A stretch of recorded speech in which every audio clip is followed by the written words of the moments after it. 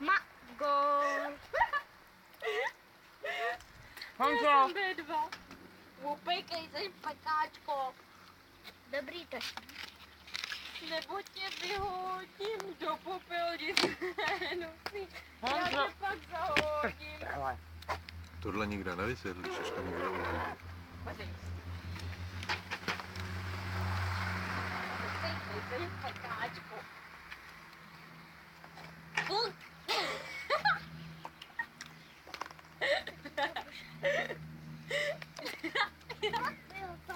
Takový zvláštní pocit. Tačka na Takový zvláštní pocit, že to video pošleme k dětkovi.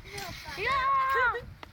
Paní Overpeprová tady smrdí s tou smradlavou ponožkou.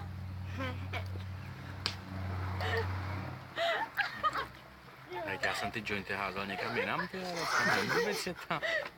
Asi je Říkám, že to našla. video pošleme teď je daně.